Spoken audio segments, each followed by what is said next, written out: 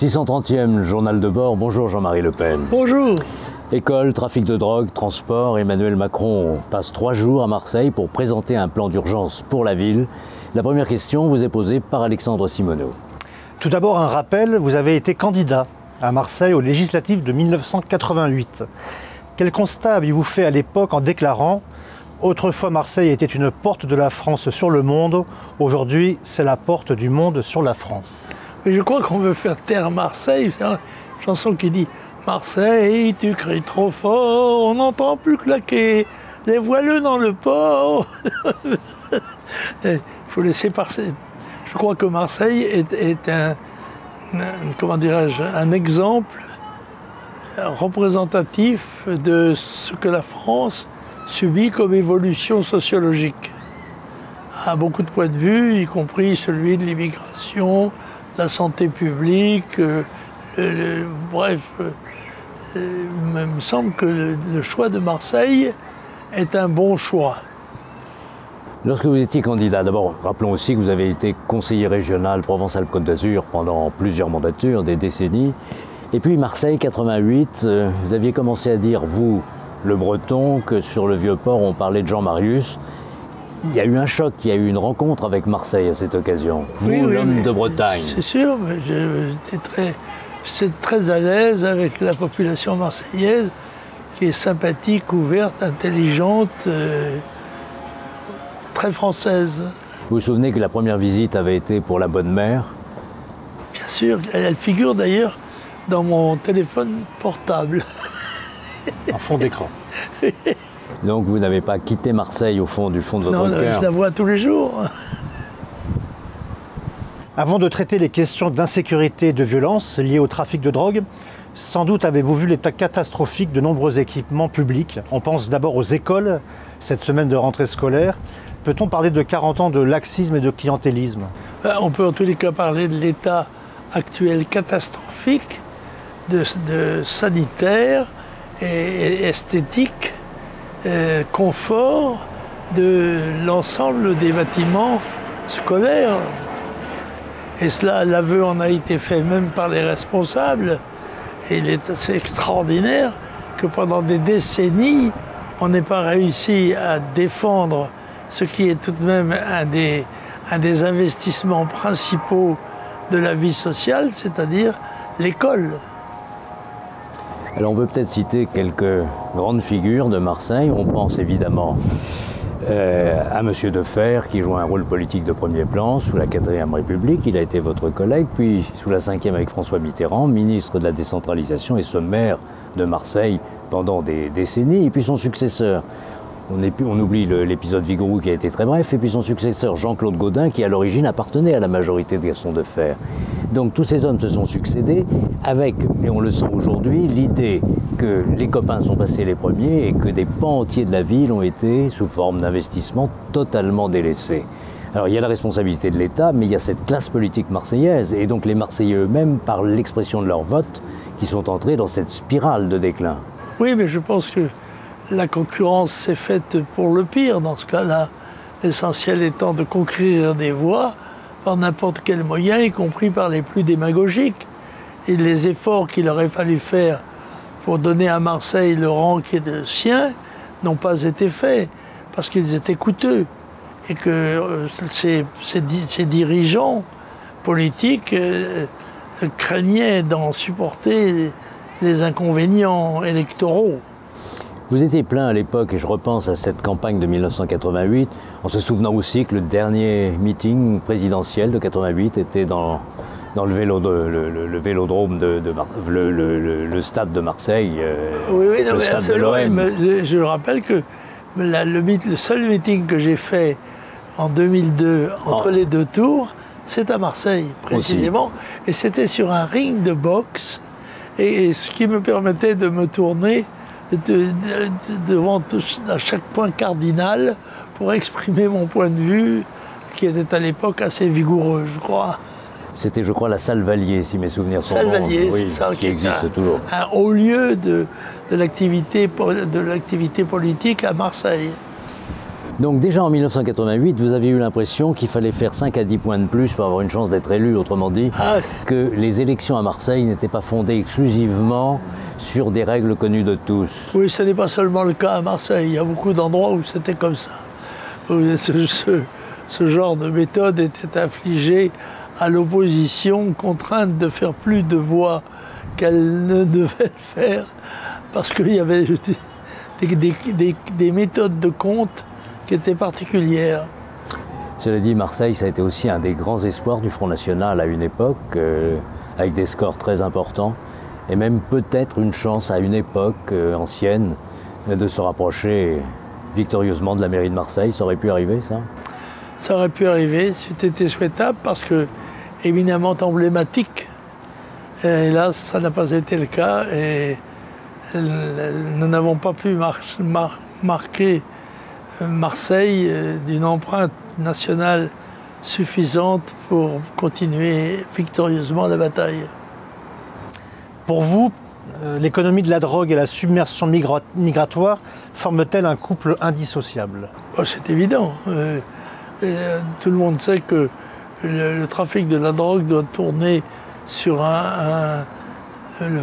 3 ou 4 milliards de chiffre d'affaires annuel. Et par conséquent, il y a toute une double vie sociale qui s'établit sur le trafic de drogue. Et ceci est éminemment animé, notamment par les immigrés, sans aucun doute. Il suffit d'ailleurs de consulter les listes dans nos tribunaux quand il y a poursuite, et ce n'est pas le cas à chaque fois, parce que, comme on le sait, le trafic de drogue est extrêmement fluide. Dès qu'on attaque un secteur, il disparaît puis réapparaît quelques heures plus tard. C'est un combat presque impossible, et il faudrait une législation infiniment plus sévère que celle qui est appliquée jusqu'à maintenant, mais pour cela, il faudrait aussi que les juges soient des juges honnêtes et non pas des juges rouges qui favorisent ce genre de clients quand ils ont les mêmes opinions qu'eux. Parmi les demandes les plus pressantes de la population de Marseille, après les multiples incidents, 14 morts depuis le début de l'année, avec un trafic de drogue, d'armes et ainsi de suite, et ces armes servent. Des contrôles de quartiers entiers sous le contrôle des dealers et des trafiquants, des immeubles complètement gangrénés par ces trafics. La population normale qui veut vivre normalement demande d'agir dans l'urgence. Or on sait que les magistrats, même s'ils prononçaient des peines en rapport avec le code pénal, la suite ne suit pas puisqu'il n'y a pas de place dans les prisons. Alors comment faire? Alors, il est certain que notre société souffre d'une carence, pénurie excessive, de manque de moyens de coercition, et en particulier de rétention des condamnés ou des gens poursuivis, ou des gens en tous les cas qui mettent en cause l'ordre public et qui doivent être soustraits de la population pour la protéger, justement. Et je ne vois pas d'autre solution, puisque nous n'avons pas la possibilité de construire des prisons dans l'immédiat. On en construira peut-être, on en a construit, paraît-il, quelques milliers depuis quelques années. Il faut des années, ça coûte très cher, ce sont des bâtiments très complexes, mais il y a quelque chose qui me paraît, dans l'urgence, possible d'établir, ce sont des camps de rétention, dans lesquels des détenus spécialisés comme les drogués, par exemple, les trafiquants de drogue, mais qui ne mettent pas en péril la société de manière sanglante, eh bien on peut mettre, et un certain nombre de délinquants de moindre importance pourraient être dans des camps avec des baraquements, avec des choses comme ça. On sait ce que c'est qu'un camp, hein. Il en existe, des camps de réfugiés. Bon, on va mettre des gens qui n'ont pas de place dans les prisons, les mettre dans ces camps, plutôt que de les laisser dans le pays exercer leur coupable industrie.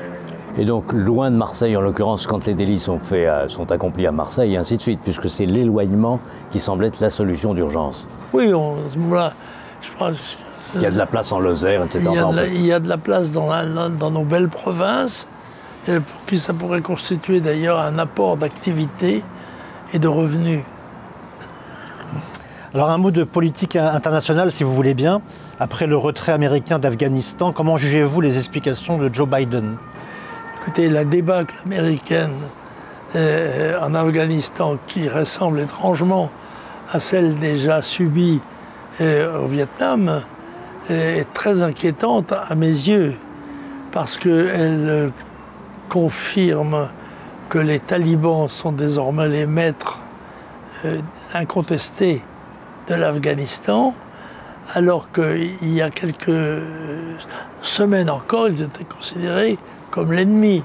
Ils sont devenus aujourd'hui, par une espèce de jeu de go, ils sont devenus des alliés des Américains. C'est un désordre complet, mais s'installe en plein cœur de cette région un régime islamiste actif, militant, et bien sûr qui se répandra. Ce sera une citadelle de formation et d'exécution des projets des islamistes. C'est une très mauvaise nouvelle, et cette capitulation américaine a laissé de surcroît dans le pays des stocks énormes d'armements, d'équipements divers qui ont été abandonnés et qui peuvent servir de réserve aux agressions futures.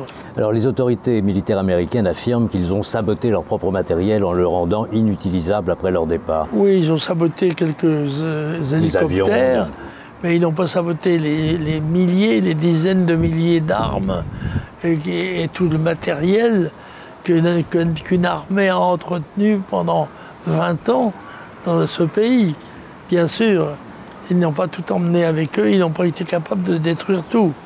Et bien, il y a là, je dirais presque, une complicité de fait de la lâcheté occidentale face à ses pires adversaires.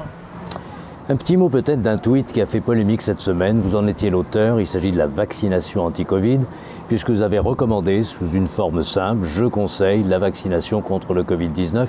Ça n'a pas été compris par tout le monde. Vous pouvez en dire un mot? Bien sûr, mais écoutez, moi je suis vacciné moi-même. Je n'ai pas que je dois avoir subi comme tout le monde 11 vaccins lors de mon enfance, et un de plus.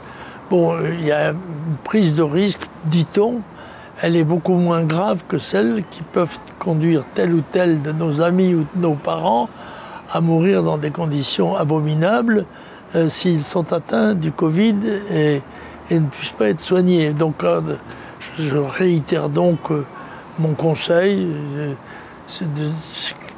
Quand il n'y a pas une contre-indication médicale, de se faire vacciner. Le risque est beaucoup moins grave que celui d'un Covid dont on ne connaît pas d'ailleurs encore les développements possibles et ultérieurs. Vous avez suivi le conseil de vos médecins à vous. C'est quand même ce qu'on fait généralement. La liberté médicale, c'est celle du patient qui interroge les médecins qui le suivent et qui prennent la bonne décision. Quel conseil puis-je donner de meilleur que celui de mon propre exemple? Si je ne considérais pas que c'était une démarche valable, je ne me serais pas fait vacciner moi-même. Et vous n'êtes pas un partisan inconditionnel du pass sanitaire, ça c'est l'autre aspect des choses. Non, c'est un autre problème ça. Mais c'est une conséquence malheureuse d'une pandémie dont nous ne connaissons pas encore absolument peut-être tous les développements et dont nous devons prévoir l'éventuelle gravité car elle touche à la santé publique de toute la nation. Merci Jean-Marie Le Pen, à la semaine prochaine.